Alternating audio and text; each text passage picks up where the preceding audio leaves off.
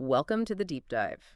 Okay, today we're embarking on a journey, really, into the life of a spiritual giant, a figure so profound that his very existence seemed to challenge, the boundaries of human understanding. We're talking about Sri Trailangaswami, a name revered across India, especially in Varanasi, where he was known affectionately, really, as the walking Shiva. And this isn't just recounting history, it's more of an exploration, a deep dive into a life that pushed limits, offering, I think, profound insights for you. It's truly remarkable to delve into his story, and we're drawing primarily from sources like Proto Sadhak by Shankarnath Ray, a pretty revered text. What's fascinating here, I think, is how these accounts, they're not just biographical facts, are they? They give us this vivid window into a consciousness operating completely outside, well, conventional reality. So our mission today is to sort of peel back the layers of myth, understand the man, why he was so revered, and maybe most importantly, uncover the enduring lessons his, well, extraordinary life holds for all of us. Okay, so his legendary status in Varanasi, that's pretty well known. But what about the journey before that? Before he became Trailangaswami, the spiritual titan, he was Sivarama, right, from Vizianagaram in Andhra Pradesh. We hear about this profound shift after his father passed away, leading him down the path of renunciation. Can you maybe paint a picture for us of that early formative journey? Certainly, yeah, Sivarama's path towards sannyasa, or, complete renunciation. It was absolutely a pivotal turning point. It marked his departure from a worldly life. And this wasn't some casual decision. It was a deep calling, something that really resonated after his father's death. So he sought out and received an initiation from a deeply revered guru, Swami Gangadhara Saraswati. That was a key moment, cementing his commitment. Right, the initiation. Exactly. And what followed then was a decade. 10 incredibly rigorous years of extensive travel all across the vast landscape of India, living as a wandering ascetic. I mean, can you imagine the solitude, the different practices he must have encountered, the sheer physical and mental endurance needed? 10 years. It's hard to even grasp. It really is. He wasn't just walking. He was undertaking intense sadhana, spiritual disciplines, immersing himself completely. And it was actually during these travels, starting from the Telugu-speaking region down south, that's when he earned the name Trailangaswami, basically the Swami from the Telugu land. And this was long before he even set foot in Varanasi, the city that would become, synonymous with his most incredible feats. This period, it really forged the person he became. That's a powerful transformation. So after this decade of intense journeying, inner and outer, he arrives in Varanasi around 1860, you said, already about 40 years old. It sounds like his reputation, the walking Shiva or living God, it didn't take long to catch on. What kind of, phenomena started happening that earned him these awe-inspiring titles? Yeah, when Trailangaswami arrived in Varanasi, the spiritual capital, it was like a force of nature had arrived. His time there is absolutely defined by accounts that just challenge our normal understanding of physical limits, our whole reality, really.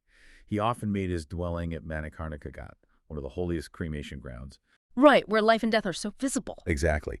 And to live there, amidst all that, the ceremonies, the raw reality of mortality. Yeah. But in this state of profound, unshakable detachment, that immediately set him apart. People described him as just utterly oblivious to the world, residing in this deep inner communion. Wow. And then there's these baffling anecdotes, like his capacity for, superhuman consumption. Stories claim he could eat astonishing amounts of food, like up to 20 kilograms of sweetmeats in one go. It just baffled everyone who's 20 kilograms. Yeah. Sweets, Exactly. People would test him, right? Offer impossible quantities, and they just watch him consume it all effortlessly. Yeah. No apparent physical consequence. It wasn't seen as gluttony, though. It was seen as a demonstration that he transcended the ordinary needs, the limits of the physical body, a complete mastery over hunger, metabolism. It mystified everyone. Truly astounding. It points to a complete reordering of how the body works, or maybe just total detachment from its demands. But his connection to the Ganges River is just as famous, isn't it? Like the river itself was part of him. Absolutely. His relationship with the Ganges, that was another cornerstone of his legend. He'd spend hours, sometimes even days, submerged beneath the surface, or just floating effortlessly deep in meditation. Days submerged. Yeah. I mean, imagine seeing someone completely unaffected by the biting cold in winter or the raging currents during monsoon floods. People would sometimes mark the spot where he went in, only to find him emerging much later, maybe somewhere else entirely, still just totally calm, in tranquil contemplation. It wasn't just endurance, it felt like this profound connection to the element itself. Water, purification, the flow of life, demonstrating mastery over the elements. Spending days underwater, unaffected, it really paints a picture of someone operating on a completely different plane. Did this unusual, unbound presence ever bring him into conflict with society? With the authorities, maybe, who just couldn't comprehend him? Oh, indeed it did, yes. His habit of remaining naked in public, which for him was a sign of complete detachment from worldly modesty. It often led to complaints from, the more conservative folks. And on one occasion, a British magistrate, following colonial rules, ordered his arrest. Okay, so they actually arrested him. They did. But when they brought Trailangaswami before the court, he just calmly but firmly refused to wear clothes. The magistrate, well, you can imagine, he was frustrated, probably thought he was mad or just disrespectful. So he decided to lock him in a room, confine him, try to enforce the law through isolation. Yes, this is where it gets straight. This is where it gets really astonishing. Moments after being locked away, Trailangaswami was seen, apparently simultaneously, outside the room, then back inside, and then suddenly appearing on the roof of the building, all within minutes. Simultaneously. On the roof. Exactly. It wasn't seen as a trick. It was this clear demonstration of transcending physical barriers, being in multiple places at once, seemingly. The magistrate was just utterly astonished, completely bewildered by what he'd witnessed. And this experience, it forced him to not only release Trailangaswami, but also, quite profoundly, to issue a protective order, officially recognizing him as like a divine being exempt from ordinary laws. Wow. That's incredible. It really is. And the deeper insight for us, maybe, is how our perception of reality shapes everything. The magistrate, faced with the impossible, had to rethink his whole understanding, acknowledge something beyond his legal framework. Kind of challenges us, doesn't it, to think about where our perceived limits really are, how rigid our own frameworks can be. That's a phenomenal story, a real clash between conventional authority and this transcendental power. It also reminds me of other times he used these abilities, not just for show, but to teach. There's this story about a thief and his water pot, and another one with a man and a stone. Absolutely, yes. These anecdotes really highlight his role not just as a yogi, but as a living teacher. The thief incident is well known. Someone tried to steal Trailangaswami's simple water pot, but as the thief tried to lift it, he found it was impossibly heavy, like literally rooted to the spot. Try as he might, he couldn't move it an inch. Seriously, the pot just became immovable. Apparently so. And Trailangaswami, witnessing this, just smiled. The thief, realizing the situation, the silent lesson being given, he immediately abandoned the attempt, left the pot, profoundly shaken. It was a direct, undeniable lesson in karmic consequences. The weight of ill intent made physical. Wow. Okay. And the man with the stone. Right. Another story tells of an angry man who, just mistaking Trailangaswami for some madman, impulsively picked up a stone to hit him. But instead of reacting with anger or even defending himself physically, Trailangaswami just looked at the man. And in that instant, the man saw this vivid, undeniable vision. A vision? Yes. A vision of his own son attempting the exact same violent act, trying to hit him with a stone. It was so real, so visceral. The man was instantly overwhelmed with shame, regret. He dropped the stone, begged forgiveness, completely transformed by it. So it wasn't just about karma, but this profound interconnectedness, the immediate reflection of our own intentions. It makes you wonder, doesn't it, how often our own actions might set things in motion, reflecting back on us in ways we don't expect? Makes you reconsider your impulses. These stories are just incredible. They show not only these extraordinary abilities, but also this deep capacity for teaching through direct experience. Now, beyond these feats and lessons, Trailangaswami's influence, it reached other great spiritual leaders of the time too, right? He wasn't just some spectacle in Varanasi. He was clearly seen as a source of profound wisdom. Who were some of these figures?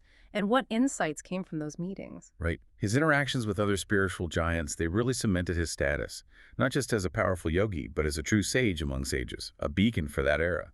One of the most famous encounters was with Ramakrishna Paramahamsa. Oh, wow. Ramakrishna himself. Yes, one of India's most renowned mystics, a towering figure.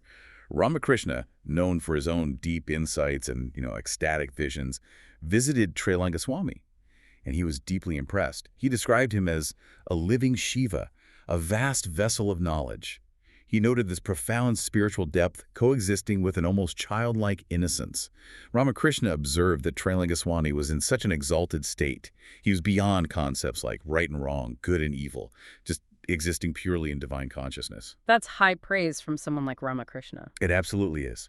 And what's also fascinating is that Trailangaswami, recognizing Ramakrishna's own spiritual mission. He actually advised him not to stay long in Kashi, in Varanasi. He urged Ramakrishna to go back to Dakshineswar, continue his work there. It showed this recognition of Ramakrishna's unique path, his role with householders. It wasn't just a casual chat. It was this deep mutual acknowledgement of their divine missions. A real spiritual summit meeting, in a way. Who else did he interact with? Another hugely significant figure was Yogiraj Shamatran Lahiri, better known as Lahiri Mahasaya, the man widely credited with reviving Kriya Yoga in modern times. Trailangaswami offered him blessings, guidance, acknowledged him as the king of yogis for his pivotal role in spreading Kriya Yoga, which, is this advanced system of breathing and meditation for accelerating spiritual evolution aimed at householders too, not just monks. So Trailangaswami endorsed Lahiri Mahasaya's mission. Yes, and that recognition gave immense validation, real impetus, to Lahiri Mahasaya's work. It emphasized how different spiritual paths, while maybe looking different, ultimately converge on the same truth. These weren't just visits, they were profound exchanges that really resonated through the spiritual landscape, shaping traditions. So pulling it all together, the interactions, the astonishing feats, his whole way of life, what core teachings or philosophies really emerged from Trailangaswami? What did he ultimately represent? For people then, and maybe for us now? Well, if we try to connect it to the bigger picture, Trailangaswami's entire existence, really, more than any specific sermon or scripture, it was a living embodiment of profound spiritual truths. His life just screams supreme detachment from worldly things, possessions, desires, a state where wealth, status meant absolutely nothing. And this was coupled with this unwavering commitment to inner peace, a serenity that just couldn't be disturbed by anything external. He also lived with this clear, uncompromising understanding of karma, often showing its immediate effects like we discussed. The thief, the man with the stone. Exactly. He showed the world the transcendence of the physical body, its limitations, proving that the human form, when fully mastered, is capable of so much more than we usually imagine. And perhaps most powerfully, he lived the fundamental unity of all beings, seeing the divine in everything, everyone. He conveyed these huge truths not through long talks, but through his actions, his presence, and often through these simple, direct, sometimes startling responses to complex questions. Someone might ask about God, and he might just point to himself, or point to a nearby stone, indicating that divinity is everywhere. His whole life was basically a living testament to spiritual mastery, a kind of blueprint for living in absolute freedom and deep wisdom. A life of such, well, power and wonder. It must have had a truly remarkable conclusion.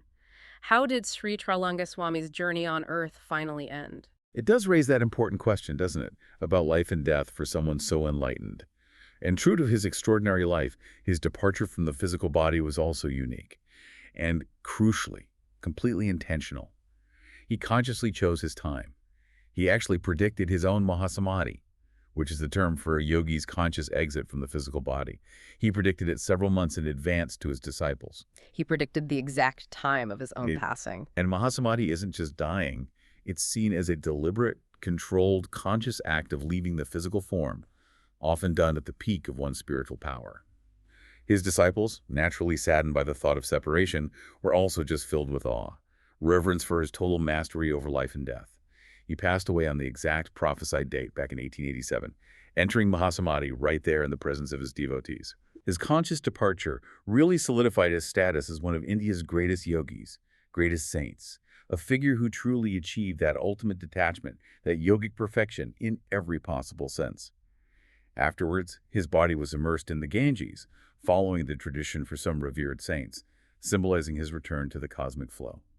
So today we've walked through this really astounding life of Sri Trailangaswami, from his early days as Sivarama and Vizianagaram, all the way to becoming the legendary walking Shiva of Varanasi.